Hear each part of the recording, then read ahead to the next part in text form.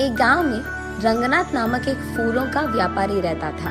वो हर रोज अपने फूलों के बागीचे में जाकर अलग प्रकार के फूलों को इकट्ठा करके उनको टोकरी में डालकर टोकरियों को साइकिल पे सारे गांव में सैर करते हुए उन्हें बेचने की कोशिश करता था। फूल है अम्मा, फूल, अलग प्रकार के फूल है, जल्दी ले लो, ताजे ताजे फूल, ऐसे उनको बेचने की कोशिश करता था। लेकिन ऐसे सारा दिन गांव में सैर करने के कारण रंगनाथ के पैर बहुत दुखते थे।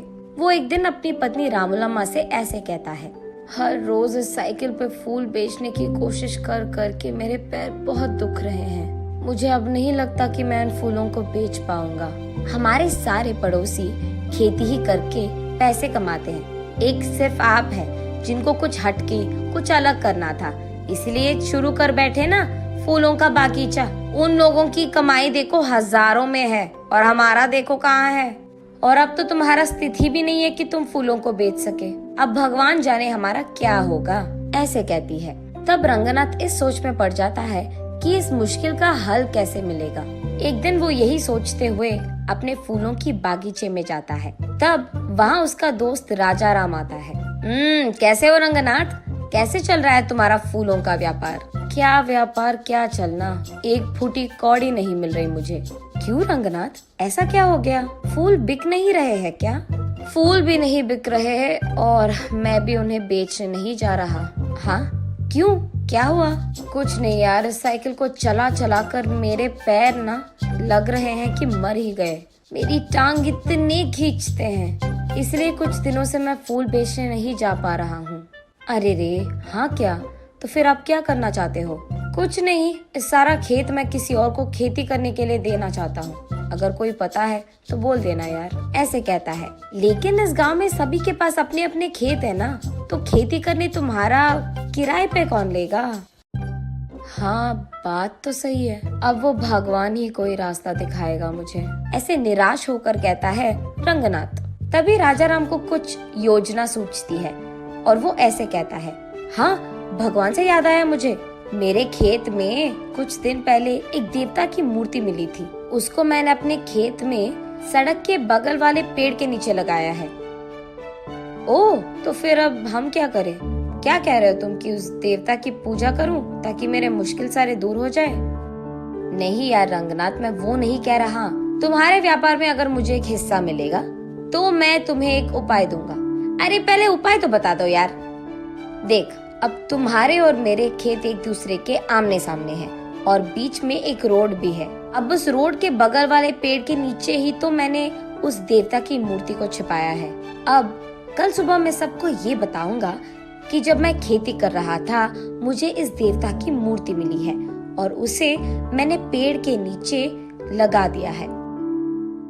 हाँ, तो इसमें मेरा क्या लाभ होगा राजा राम? हाँ हाँ, वही आ रहा, सुनो तो सही।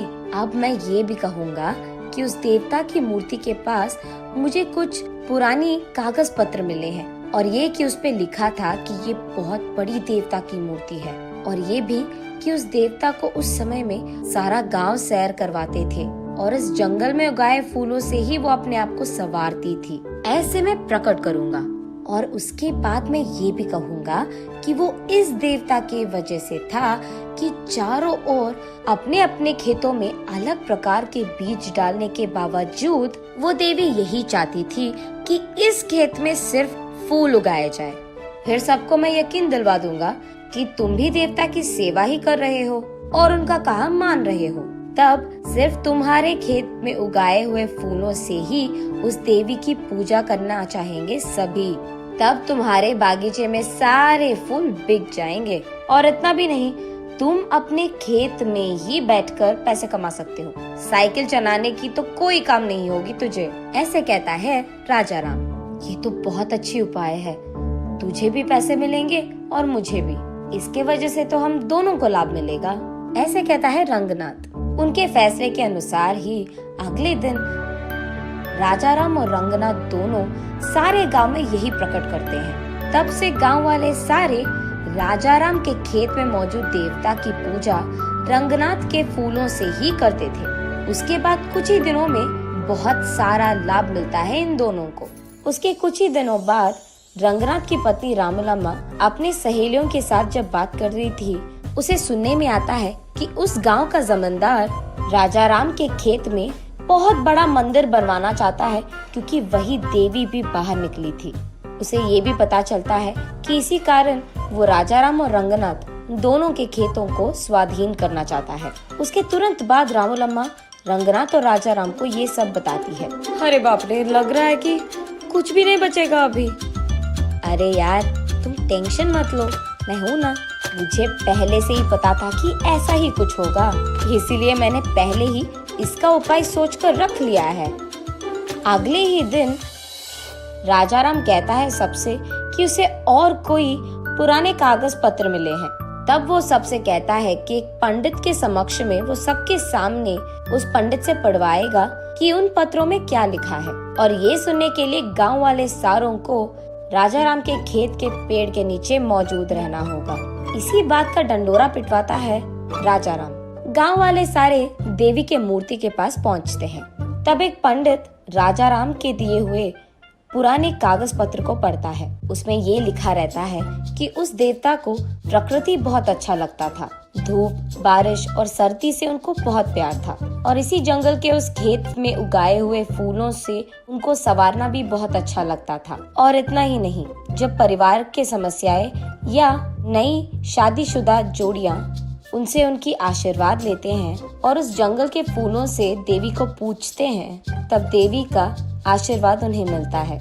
यही लिखा है उन पुराने कागज पत्र में। तब सब लोगों को समझ आता है कि देवी के मर्जी के बिना यहाँ मंदिर बनवाना शायद अच्छा नहीं है, इसीलिए मंदिर बनवाने के सोच को फिलहाल रोक लेते हैं। जमींदार के साथ साथ गांव वाले भी। ऐसे राजाराम के उपाय के कारण नई जोड़ियां और परिवार समस्याएं लेकर वहाँ बहुत लोग आते थे और उस देवी की मूर्ति को रंगनाथ के फूलों से पूजते थे। रंगनाथ वही एक फूलों का दुकान खोलता है।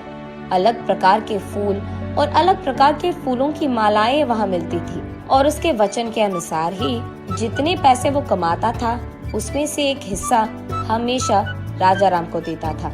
ऐसे वो दोनों दोस्त एक अच्छे उपाय से उनके सारे मुश्किलें दूर कर देते हैं और खुशी से जीते हैं।